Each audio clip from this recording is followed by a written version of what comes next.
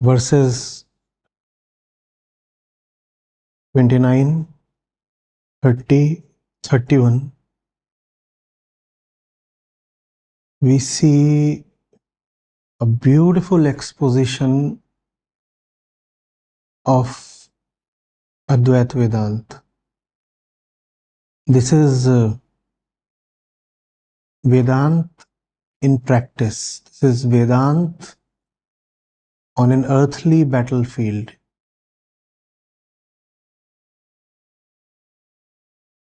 Some extremely valuable insights will emerge from the discussion tonight.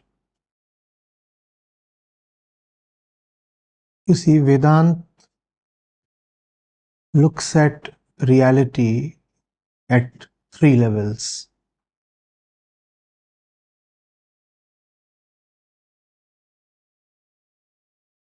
The highest is the most difficult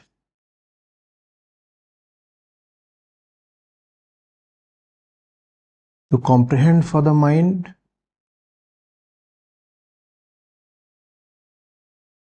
and most difficult for the ego to surrender to.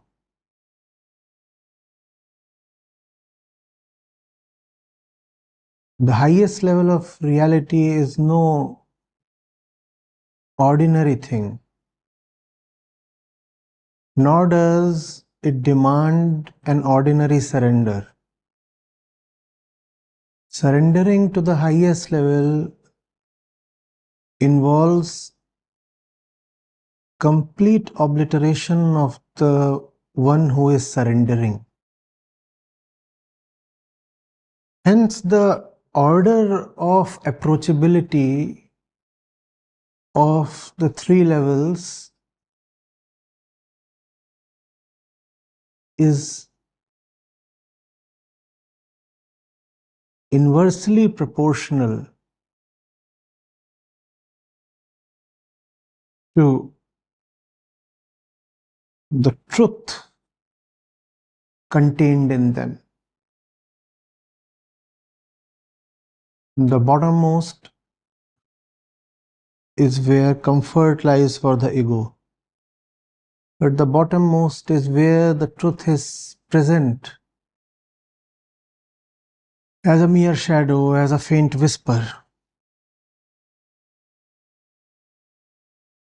And then is the middle level, where there is a real possibility of approaching the truth. But the possibility remains mostly unrealized. That is for most people. And then there is the highest level, the truest, in fact, the only true one. Even to say truest involves a comparison among degrees of truth, which is absurd. But then the highest level is also the most unapproachable, rather unacceptable to the ego. What is happening here? Please see. Sri Krishna, as a true guide, friend and mentor, is trying to bring, first of all, the highest level to Arjuna. That's the first attempt. So in verses 29, 30 and the ones prior to these, he talks of the true self. That is the highest level of truth. We have used these terms before, so you're already familiar. That's the Paramarthic level, the absolute level, the transcendental level, the level beyond all levels. So that's the level of the self, the pure self. The pure self as the only truth. That's the dictum of the highest level. The pure self as the only truth.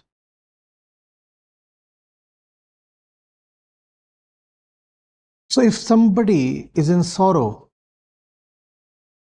then the sorrow can be very gainfully and rather permanently be addressed by bringing that person, that ego, to the highest level. That's the best solution. Solution of the highest order, carrying a lot of permanence. Solution with no side effects whatsoever, rather a lot of bounties coming as spin-offs. Hence, we said, as a true friend and a guide, the first attempt of Sri Krishna is to bring Arjun to the highest level. But the highest, we said, is also the most difficult, the most unacceptable. Arjun does not want to yield. Seeing the truth at the highest level is to see oneself as false. And that is a guaranteed freedom from sorrow, because all sorrow is to you. If you are false, then how can your sorrows carry any truth?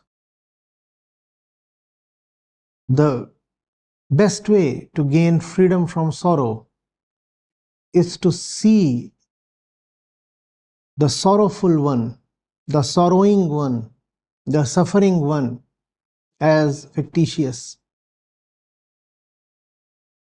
Who is in pain? The pained one is a story. The pained one really does not exist.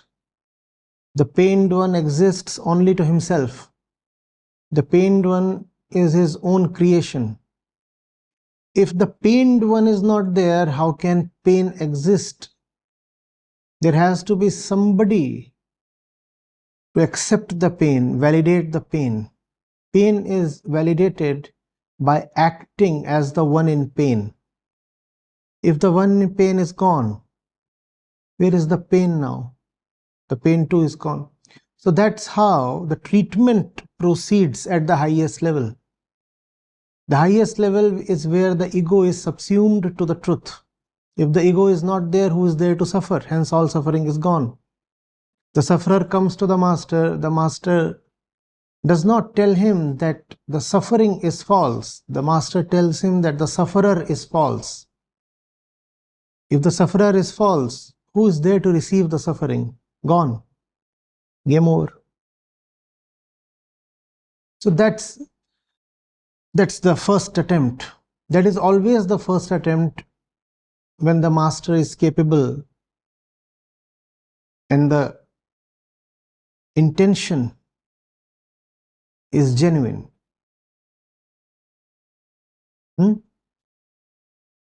Otherwise, it's quite absurd, humorous, if not ridiculous.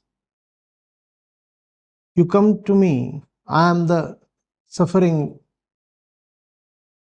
one, and you tell me, your suffering can be healed while retaining the sufferer. Isn't that absurd? If the sufferer is, the suffering is. Does the suffering exist apart from the sufferer? That's how the sufferer would want to believe. The sufferer would say, I can exist even without the suffering, which means the sufferer and the suffering are two distinct things. The sufferer would like to say, the suffering is incidental. The suffering is not innate to my existence. Suffering has come to me because of diverse reasons. Some situation, some random coincidence.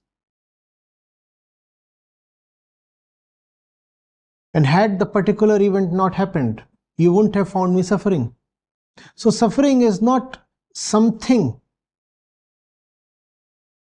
inalienable to me. Suffering is not indispensable. I can be and yet not suffer. That's what the sufferer would like to claim. I can be and yet not suffer. That's what the entire world likes to believe in. No? Remaining who I am, remaining as I am, I can still be free of suffering. That's a very sad thing to believe in,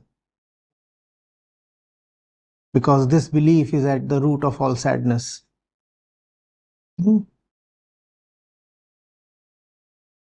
As long as you are, suffering will continue. You are the suffering.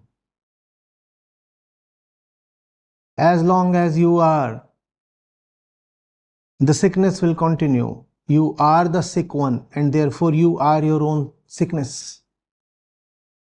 It is impossible to be as you are and yet not suffer. Not possible.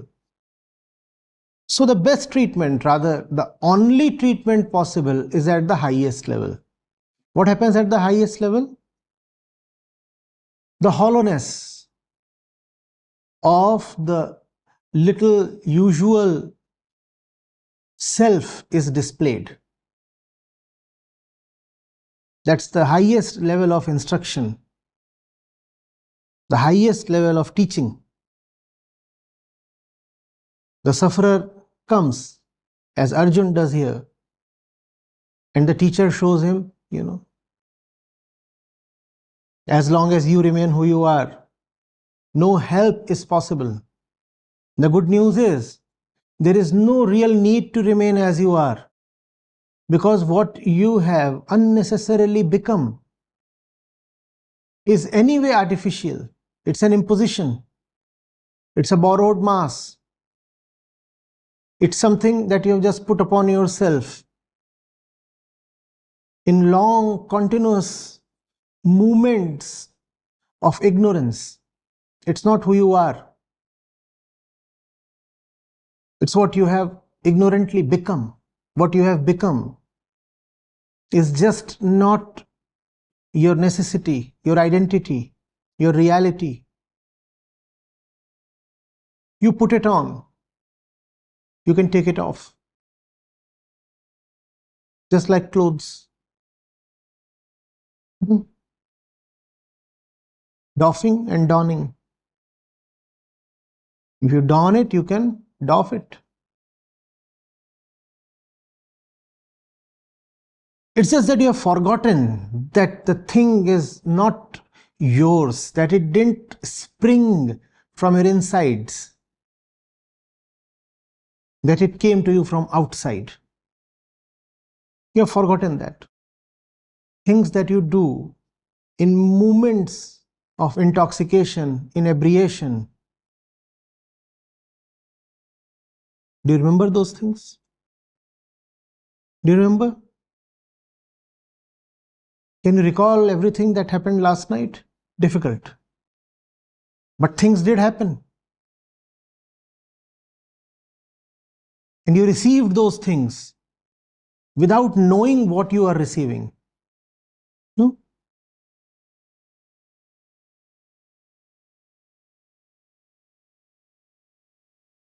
You are drunk and somebody can smear something on your forehead. You won't even know. You received it without knowing what you have received. And since you didn't note that you received the thing, the next morning you will wake up and conclude that the thing is yours. You don't remember it came from somewhere else. You don't remember seeing it coming from outside. So the obvious conclusion would be, the thing is mine. It's springing from within. It's not. It's not.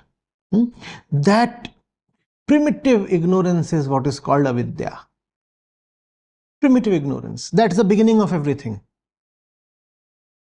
So it is inevitable that you will not remember. The beginning has to be in niscience. That's avidya, niscience.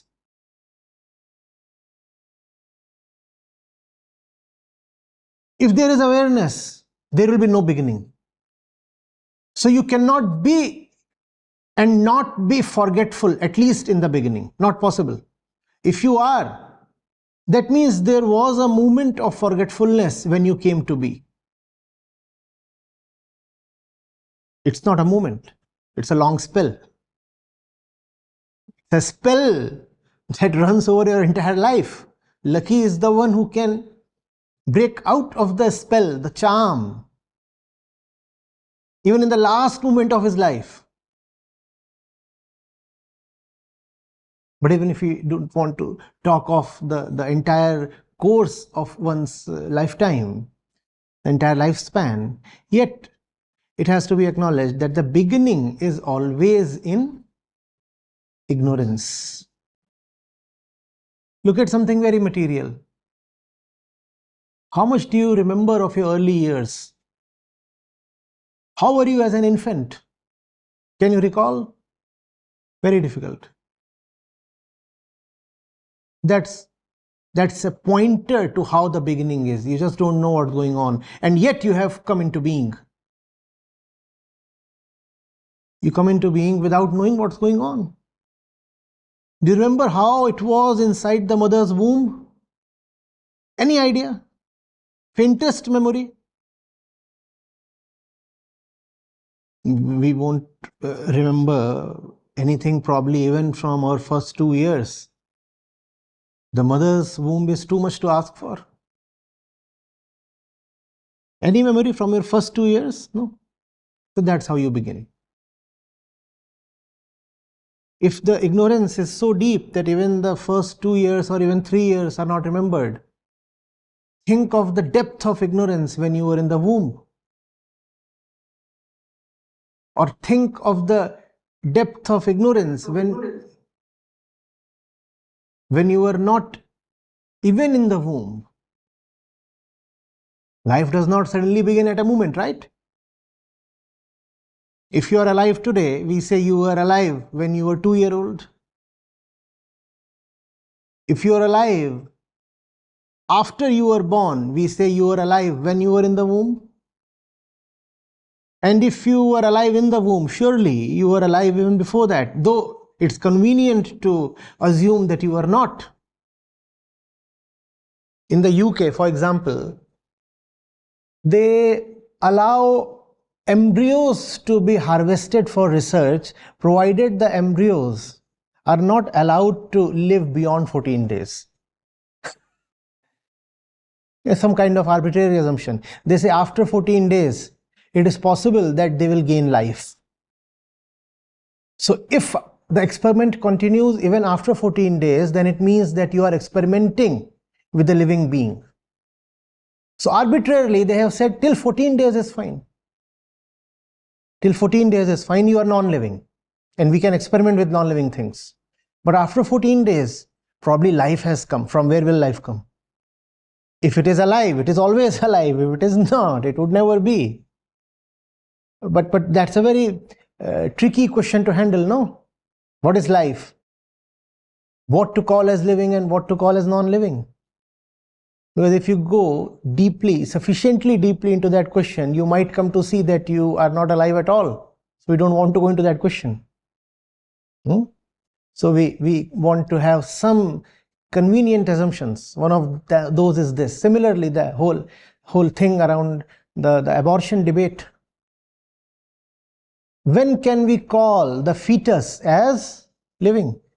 So somebody says n number of weeks, somebody says no, n plus 4 number of weeks, 3 months, 4 months, all kinds of debates are raging. How can something become suddenly conscious? You are always conscious, or you are not conscious at all. There has to be a continuity. There is nothing to suggest a lack of continuity. And if you want to maintain the supposition of a lack of continuity, you will have to believe in something called the arbitrary random entrance of the soul. That's what is called as the Jivatma. You know, the Jivatma was not there in the embryo till yesterday, and today the Jivatma made an entry, so now the thing is alive. And it is to sustain our absurd hypothesis that you become living at some point in time, that the concept of Jivatma has been fabricated. The soul, Jivatma. Otherwise, how will you? Vedant avers very clearly. See what Sri Krishna is to say in the Gita when we reach there, in one of the subsequent chapters. What you call as Jad is Chetan, what you call as Chetan is Jad. The distinction is arbitrary. There is no dividing line between the conscious and the unconscious, which means that you don't suddenly become conscious. It is the unconscious, the seemingly unconscious, that starts manifesting itself as conscious to somebody who is conscious. It doesn't even manifest itself. Maybe it was always conscious and you are failing to see the consciousness in the stone.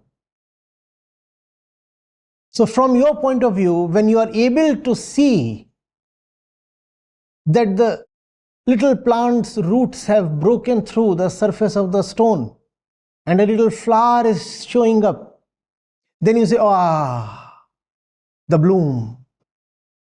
The bloom. Now you say, the stone has turned into something animate and the flower is the proof. Maybe the flower was always contained in the stone. Maybe it's just we who were unable to see that. And that's what Sri Krishna would say in the coming verses. Don't think that life ever starts. Life always is. Equally, you could say life never is. But what you can never say is that there is a discontinuity, that there is a random moment when the insentient becomes the sentient. No, there is no such random moment. You are always alive. You know the beautiful conclusion?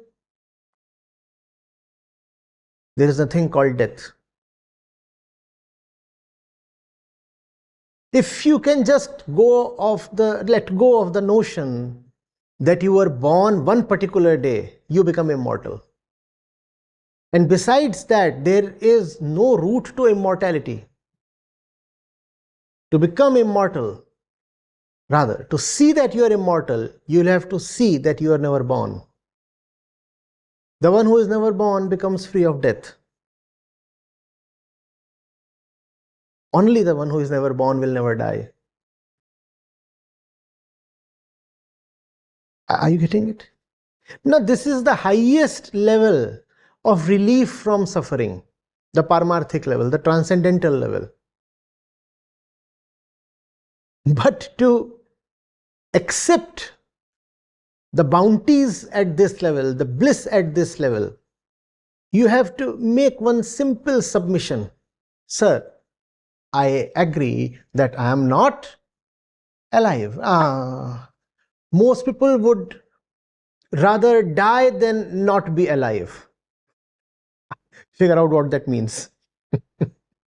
Most people would prefer a life of unending death rather than accept that they were never alive at all. So that level is very difficult to accept. Therefore, when Krishna tries to explain things at that level to Arjuna, it doesn't work out. We said Krishna is a genuine friend. So he tries to bring the highest possible thing as the first thing to Arjuna. That's not the way of the fake friend or the shopkeeper.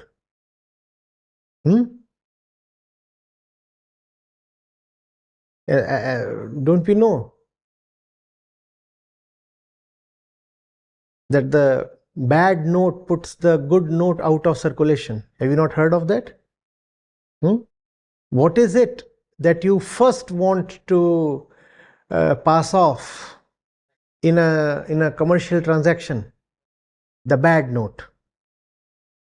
But that's not how friends behave. Among friends, among well-wishers, What you want to give to the other is the best note that you have. So Krishna is giving the best that he has in the first place. Even in a commercial transaction, it is possible that you do end up getting a good note, but that's only after he gives you some kind of torn note or fake one, and what do you say? No, this won't work, kindly exchange. And then he gives you a better one. Right? Only under compulsion do you manage to extract something worthwhile from the world. Otherwise, the world is not willing to give you something genuine.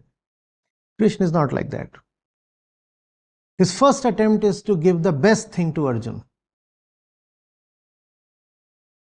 But here Arjuna is not willing to take the best thing. What happens in the world? They try to pass off something shoddy to you. There you are not willing to take up something, accept something, because the thing is substandard. Are you getting it?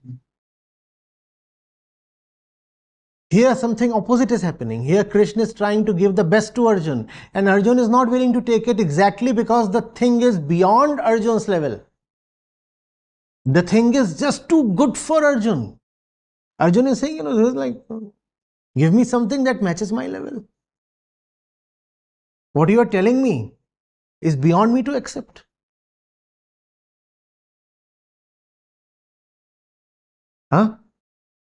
So from there, Krishna drops the discourse to the lower level, middle level. The middle level is the Vyavharik level, the practical level, the level of facts, not the level of absolute truth, but the level of relative facts.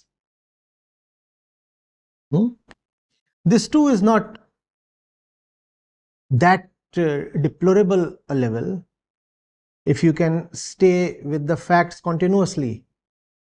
Gradually you start getting a glimpse of the truth. Facts are nice things. They aren't the truth in themselves. But if you stay with them, they can lead you towards something beyond them. As we say, facts are the door to truth. So if you stay with the facts, you will start seeing things. So at this level, Sri Krishna talks of Prakriti. Look at the verses 28, 29. Sri Krishna says, Atma never born, never dies. Prakriti, continuous birth, continuous death, which implies just a change of form. So hence again, there is no individual death in Prakriti, because there is no individual. The individual is just a fiction, just a form, like the individual wave. Comes and goes, has no real existence of its own. Krishna tries both the levels, the highest level, the Paramarthic level, the absolute transcendental level, then the middle level, the relative level, the level of facts. He says, you see in Prakriti, stuff is coming and going, rising and falling each moment. What's there to worry about? Plus these who are coming and going have no individual identities really. Think of one particular leaf on the tree. What individual identity can it have? What does it have that the other tree does not, or the other leaf does not?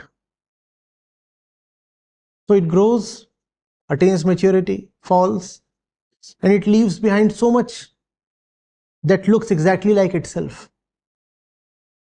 Further, when it falls, it goes to the root, maybe root of the same tree or the root of the other tree. Maybe today, maybe 100 years from today.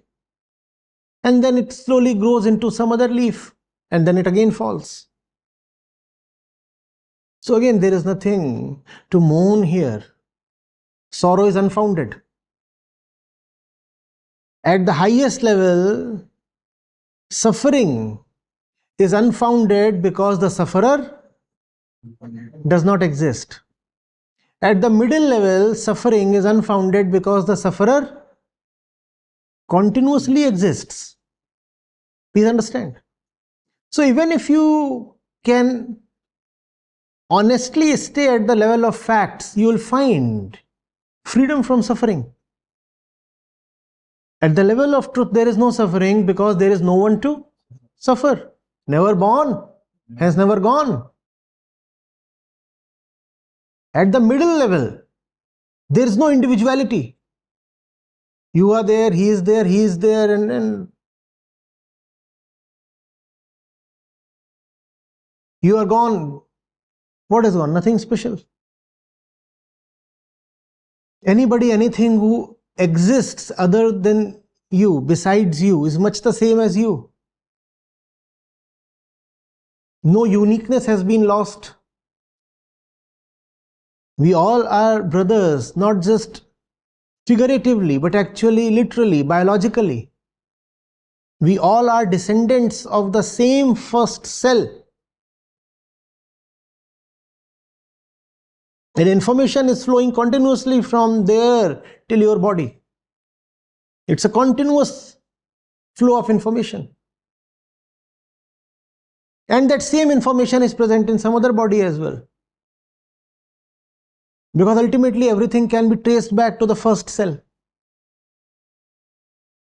Even if you disappear, nothing really has disappeared.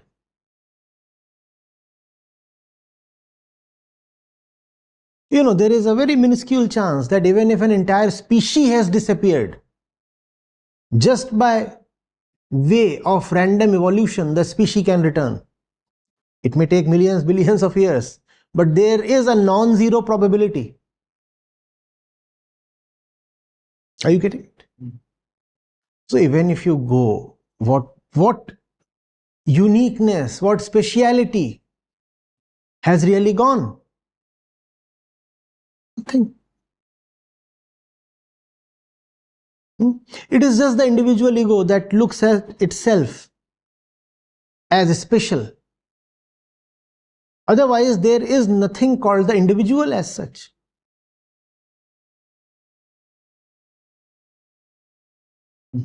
So, at the middle level, you never go because that which is within your body is within everybody's body. And we are not talking of the soul here, we are talking of the DNA. There is a continuity. So, no need to worry, no space for sorrow. Arjun, cheer up and do what you must. Play the game of life. But somehow Arjun is so enthralled, not in the positive way. You could say bewitched, captivated by his concepts, that he does not respond even at the middle level. We have come to verse 31, and even at the end of verse 30, Sri Krishna can see that Arjun is still doleful, unable to put himself together, unable to gather his wits and get up and fight. So now we come to verse 31, and let's see what Sri Krishna does here. Sri Krishna does what a teacher never likes to do. Sri Krishna is doing what the teacher does only in a situation of helplessness. He is treating Arjun at the bottommost level. No teacher wants to do that. But what if the student refuses to cooperate at any other level? then this is what is left. The bottommost. The bottommost level is the level of concepts, stories, imaginations, beliefs, assumptions.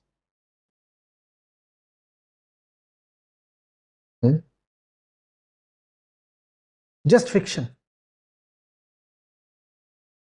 It is called the pratibhasik level. So Paramarthik, Vyavharik, Pratibhasik level. This is the karuna, compassion of Krishna, that he has agreed to bring himself down to the bottommost level Arjun is sticking to.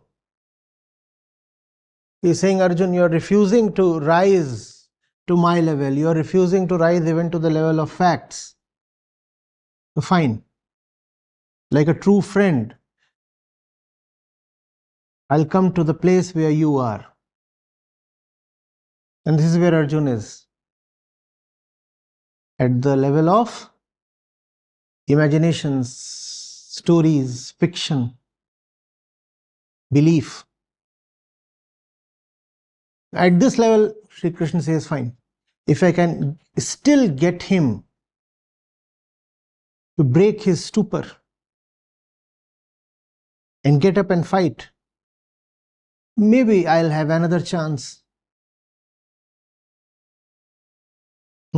Maybe after some time I'll be able to try again.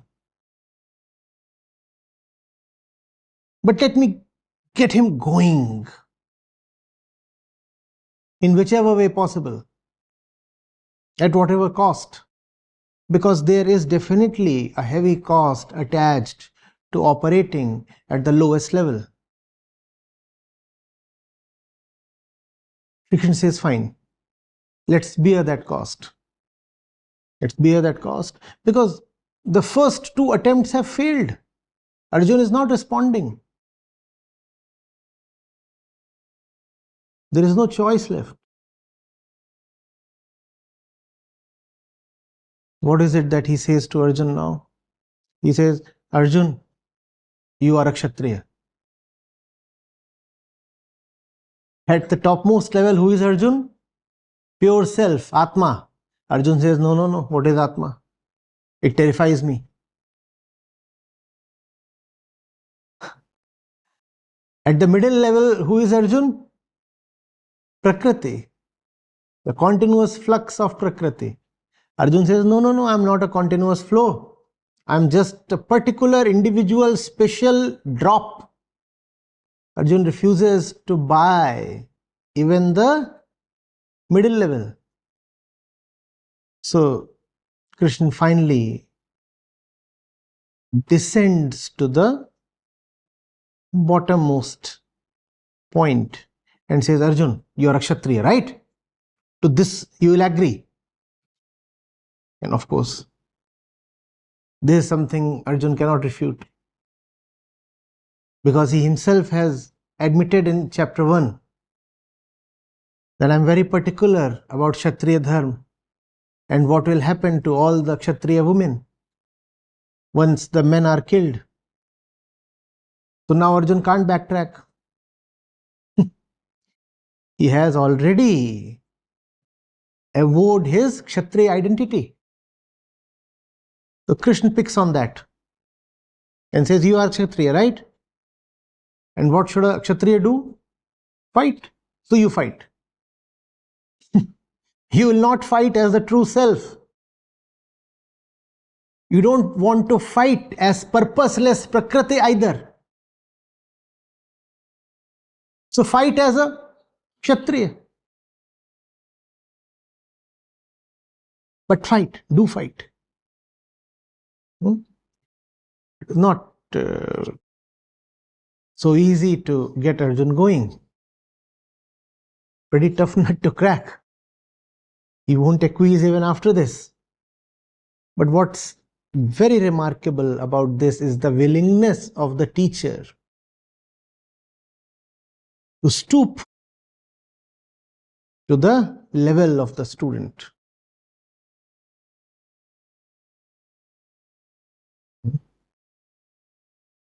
But there is a danger that lurks. If the student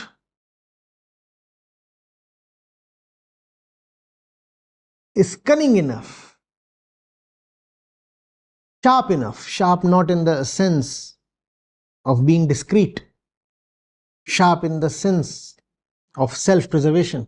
I am the ego and I want to preserve my identity as the ego. If the student is cunning enough, then the student would catch this opportunity very gleefully and say, "Sir, what's the difference between me and you? If you too believe in the Varna system, I am Arjun, the Kṣatriya.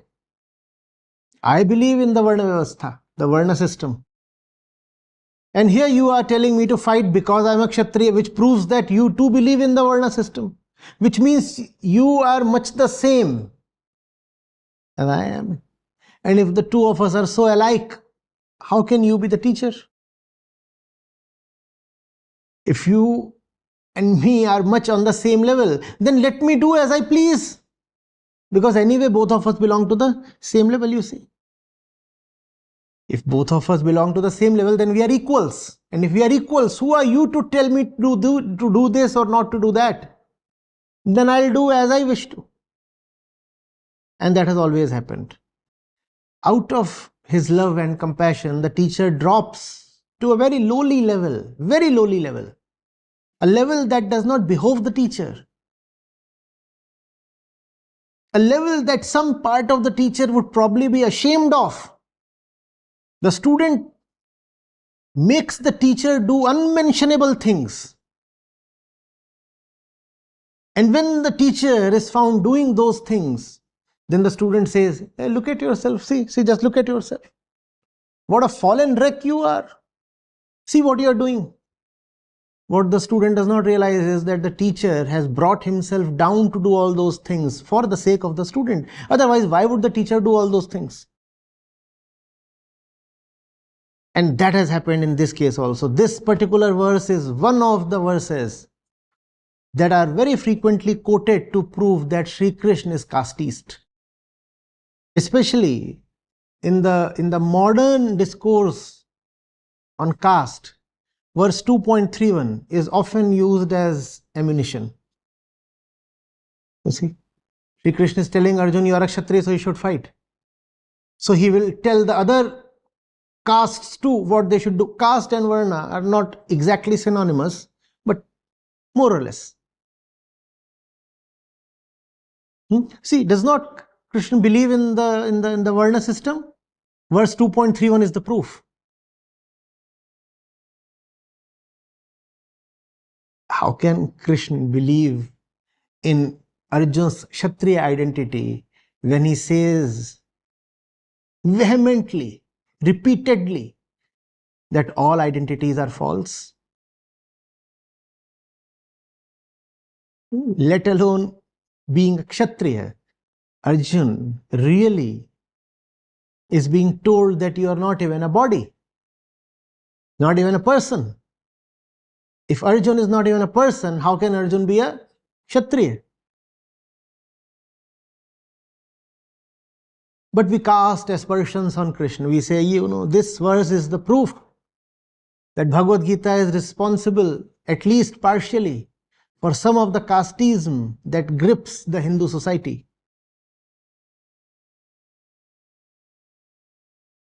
Bhagavad Gita is an antidote to casteism.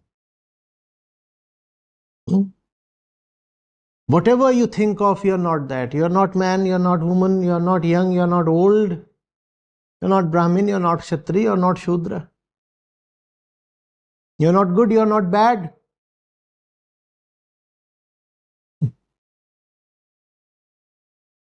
Bhagavad Gita is there to dismiss and demolish all your identities. But those who do not understand, they come up with fantastic arguments. In fact, supporters of the caste system like the Bhagavad Gita for this very reason. They say, Sri Krishna himself has been supporting the caste system. Who are you to act as a bloody reformer and talk otherwise? Are you bigger than Krishna? When Sri Krishna himself supports caste, who are you to say that caste is frivolous or fictitious? So Krishna is pulled down from all sides by all kinds of vested interests, just because he has accepted to come to the level of the student so that he can lift the student up. He comes down to lift you up. But when he comes down, you try to dig a hole and bury him in that. Obviously, you can't succeed, but that's how the attempt is. Now that you have come down this far, you have allowed yourself to fall this low, why shouldn't you be buried to a place yet lower? Are you getting it? The teacher did this to me. The teacher did that to me. What else could have worked with you? Is anything else working with Arjun? Please tell me. Arjun was given the highest discourse possible. Was he or was he not? Did it work? Did it work? This chap was given the highest. This chap was given the highest. That one too was given the highest. Did it work? Did it work? Did even the second highest work? So what option is left but to try out the lowest? And when the lowest is executed, then the blame falls on the teacher. Please tell me, do you respond to anything except the lowest? Please tell me, honestly. And has the teacher not tried out everything that can be called high, higher or highest with you? Please tell me. Please tell me. But you will not remember all the attempts of the teacher. What you will remember is that, I saw the teacher falling to that level. The teacher fell to that level for your sake, dude. Because you were lying on that level, inebriated, to pick you up. There was no way to remain in the skies and lend you a helping hand.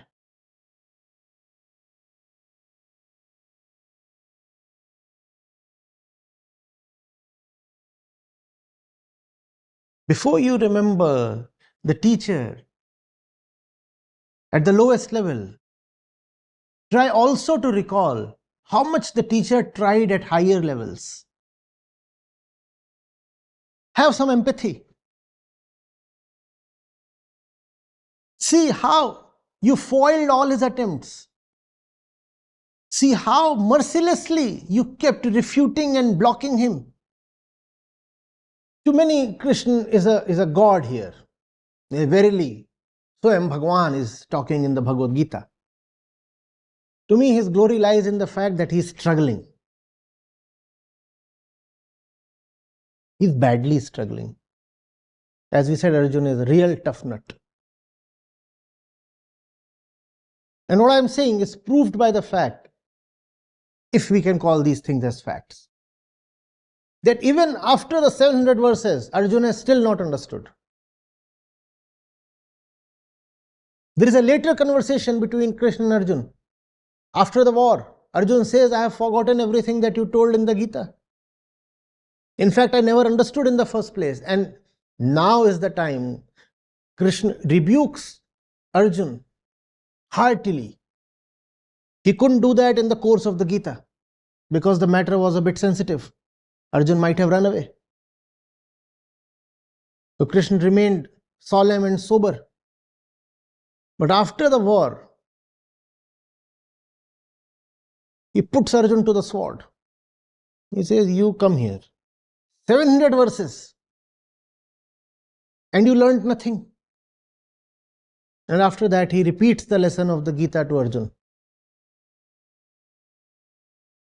So Arjun is a really formidable challenger. You might be Sri Krishna. You might be the truth personified. You might be the most articulate teacher possible. I won't relent. But thanks to Arjun, we have the Bhagavad Gita. Had Arjun softened up easily, maybe all we would have received was 35 verses. Arjun was doughty enough to keep resisting till 700. So we have the entire Bhagavad Gita.